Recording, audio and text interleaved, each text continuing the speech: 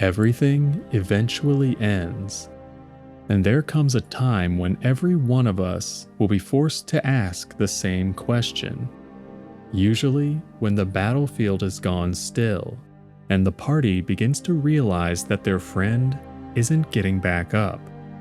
They may ask it out loud, or they may even keep it inside, but the question is there nonetheless.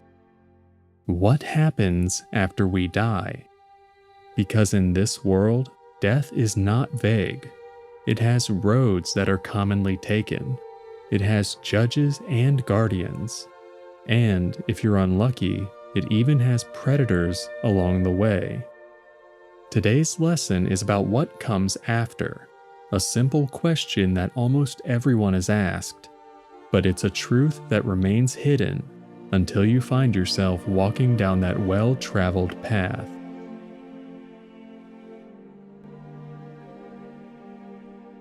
This entry is ultimately about the journey of the soul, but what exactly is a soul, at least when it comes to you and I? Because the reality is, every sentient creature on this plane has a soul. Well, there are exceptions. Most plants, oozes, and vermin aren't considered sufficiently sentient, and thus don't have souls. Look, I don't make the rules, that's just how it is. Most undead and constructs are without a soul as well. And once again, there are exceptions, such as liches and revenants. But what is a soul in a metaphysical sense? It's the essence of a sentient mortal creature, the animating spark, if you will, the part of you that remains when the heart has stopped and the flesh is unable to continue. And different cultures give this essence different names. Some simply call it a spirit. Some, like the Malhorandi, call it the Ba and Ka, and dragons refer to theirs as the anima. Ultimately, it's the part of a mortal that carries on after dying. However, as we know, not all beings die in the same way. When a mortal dies, their soul departs, simple as that. But fiends, for example, are more deeply tied to the substance of their home plane. So destroying such a creature away from its native realm won't actually end it. Its essence will return to the plane from which it came, and eventually reform into that very same creature. So keep that in mind should you run afoul of any demons or devils. Mortals, however, follow a different path, and that path usually leads to a place called the Fugue Plane. Now, as adventurers, we all know that death can come for us at any time. It can feel very sudden. One moment someone is here, and the next, they're not. But for the soul, it's not quite that simple. So once the body drops to the ground, and the world of the living begins to slip away, the soul is drawn into a current it probably doesn't understand. Some souls do know they're dead, others don't. Some may even cling to the final sensation they felt in life, whether it be pain, fear, confusion, or the face of a loved one to whom they'll never get to say goodbye. And then gradually, or even all at once, they're whisked away from the mortal world. Now, depending on one's beliefs regarding our cosmology, this journey could look a little different. It might involve going to one place or another before settling, places like the Astral or the Shadowfell, and I've covered those places in other entries, so go take a look if you're interested. But for most ordinary souls, the ultimate destination remains the same, a flat, gray, mostly nondescript place, known as the Fugue Plane. However, there are those who get lost on the path for one reason or another, so let's take a brief look at them before we continue. So yes, not every soul completes the journey. Certain souls may become trapped in one way or another. A spirit might cling to the place where it died for various reasons, whether it's because of a terrible betrayal, a violent death, or grief strong enough to bind it. And this is generally how we get ghosts haunting certain places. Now, revenants are another matter, where a ghost might linger to the place where it existed in life, A revenant has a purpose, usually vengeance. A soul so consumed by the need to punish those who wronged it that it's capable of staving off the afterlife entirely, at least for a time. Furthermore, souls can become trapped inside certain magical items, or even hidden away in a lich's phylactery, so the journey can be interrupted in several ways. It's certainly not common, but it happens nonetheless. However, let's continue on our journey and venture into the Fugue Plane. The Fugue Plane is where most souls from the realms are drawn after death. Imagine, if you can, a vast gray expanse, a dull sky, empty ground, a place with little color, warmth, and very few points of interest. Once arriving, souls will wander about aimlessly, often unaware that they'd even died. The actual amount of time they spend there is generally between 1 to 10 days, at which point a messenger from their god will arrive. The spirit would ultimately recognize and understand that the messenger was there to usher them away to their final plane of existence. So the Fugue Plane is more like a threshold, a gathering place, a place where the dead are sorted, claimed, judged, and in some cases, preyed upon. And at the center of this plane stands the City of Judgment, and within that city rises the Crystal Spire, the seat of the current god of the dead. At present, that god is Kelemvor, though he wasn't the first. The domain of death has passed through several hands over the ages, from Jurgul to Morgul and even Cyric for a time. But then came Kelemvor, and honestly, he's a somewhat fascinating figure, because he's not what you think when you imagine a god of death. Ultimately, he's a judge, stern, impartial, but not mindlessly cruel. He's there to make sure that everything stays in order, and in a place where gods, demons, devils, and clerics are constantly interfering with the natural course of things, keeping order is no small task. And the place in which he resides is known as the City of Judgment. The City of Judgment is exactly what it sounds like. A city of the dead built around the final accounting of mortal souls. This is where the souls are gathered before they pass onward, and where the divine servants come to claim them. And the city itself has taken on many forms over the years, depending on who is overseeing the dead. For example, during the reign of Cyric, the city was a horrific landscape of misery and torture, with the outer gates being built out of the still beating hearts of dead cowards, while an oppressive red sky loomed over the plain.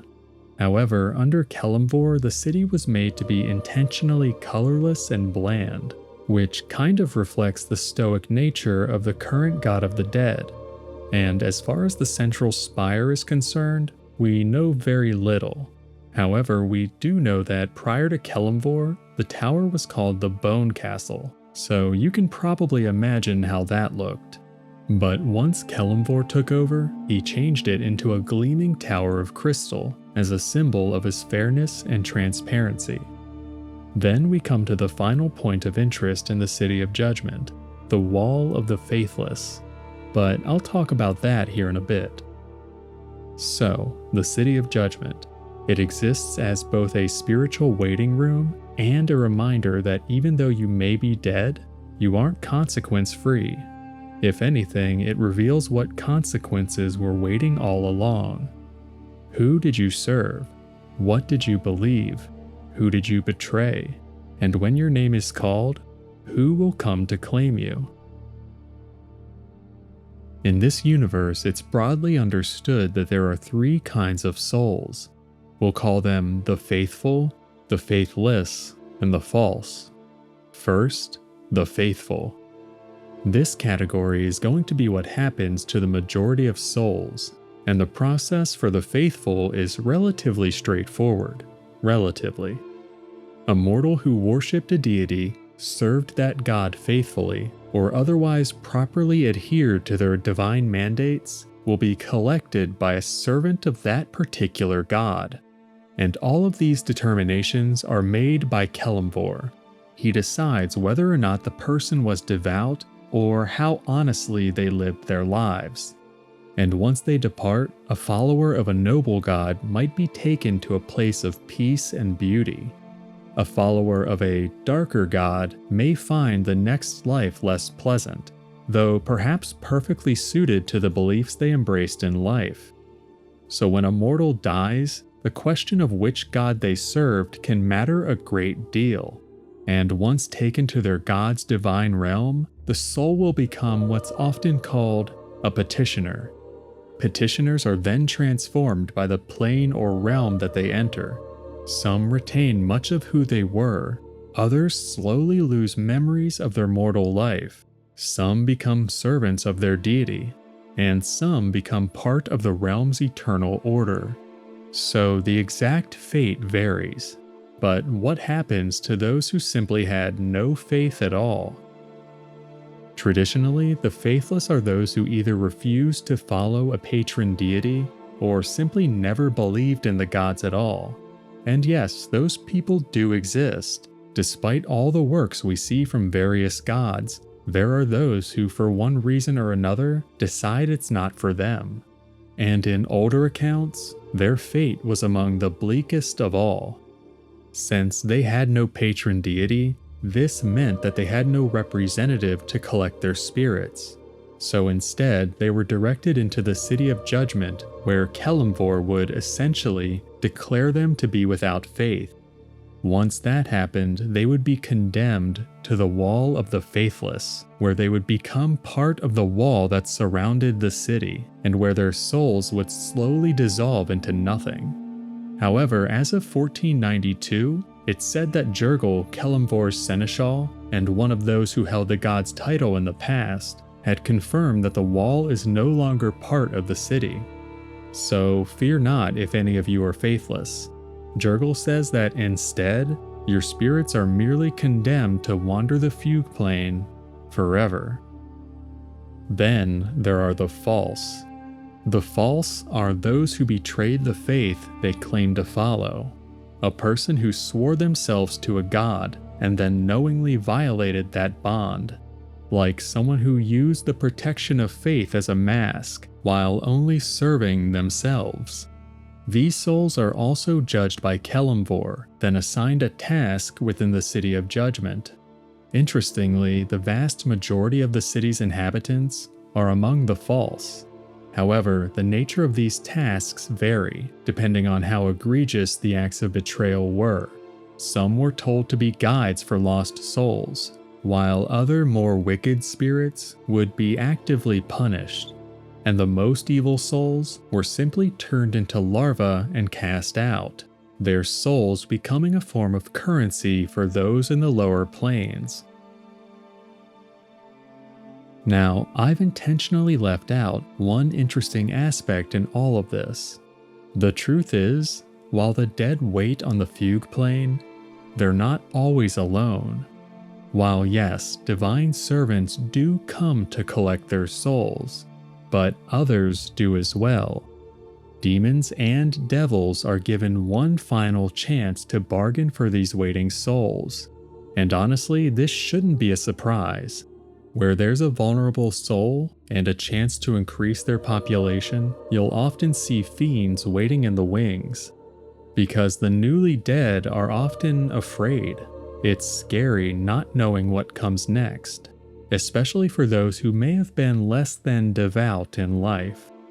But there's a fundamental difference between these two fiends. Devils will bargain, demons will raid. A devil might only need to make an offer, whether that be protection, purpose, or escape from whatever judgment Kelemvor has coming for them. A soul that accepts such a bargain will generally be whisked off to the 9 hells, where it'll be transformed into a creature known as a lemure, the lowest and most miserable form of devil. Though through years of service, suffering, obedience, and ambition, it may rise to a higher station, unlikely though it may be. But when demons decide they need to bolster their ranks, they do so by force. they'll simply tear into the Fugue Plane and steal the souls away into the Abyss. And the Abyss is by no means orderly, so it doesn't patiently process the dead like the Nine Hells. It consumes and corrupts them. A stolen soul will likely become what's called a main, a wretched, fiendish thing, and the fodder for the armies of the Abyss. But once again, there is a chance for advancement, even for these lowly creatures. The Abyss is chaos incarnate, so once in a great while, a main might catch the eye of a more powerful demon, who might lift it from its misery and promote it to a much higher station. But for the most part, they simply end up dying in the blood war, like all the rest. So that covers the 3 primary avenues of the afterlife. We should be done then, right? Well, not quite, because there's actually one more. For some adventurers, death is a bit less permanent than you might expect, and the journey might end up going in reverse. A sufficiently skilled cleric with the proper resources can make death feel less like an ending and more like a delay. There are stipulations though. First and foremost, the soul must usually be free and willing to return. If this isn't the case, it's much harder to pull one back from death. It's also much easier to raise someone who's more recently deceased. But why is that? Think about everything we've gone over so far. If one waits too long, the soul has likely made its way to the Fugue Plane, and perhaps even the City of Judgment. Should that happen, there's a good chance that Kelemvor has already done his job, and the soul may have already been ushered off to its final plane of existence, which makes it difficult, because then you might have to bargain with the person's specific deity. And if your party member is one of the false or the faithless, it becomes even more unlikely. In fact, it's next to impossible to resurrect one of these 2 types of spirits back to the material plane. The only way would be for one of the other deities to directly negotiate with the Lord of the Dead, and I've already told you just how stern Kelemvor can be, so it's not looking good. So remember this, should you ever stand over a fallen comrade with the means to bring them back. The spell may open the door, but it can't force them to walk through it. So, what happens when you die? Your companions may start to mourn, but you begin a journey towards the Fugue Plane under a gray sky, to the City of Judgment, to await Kelemvor's servants to call your name. Perhaps a servant of your god comes to guide you home, or maybe you're faithless or false. Perhaps a demon or a devil takes interest. Or perhaps, from very far away, through the silence of death, you hear someone calling your name. A voice from the living world, with a hand reaching across the boundary. A friend, asking you to come back home.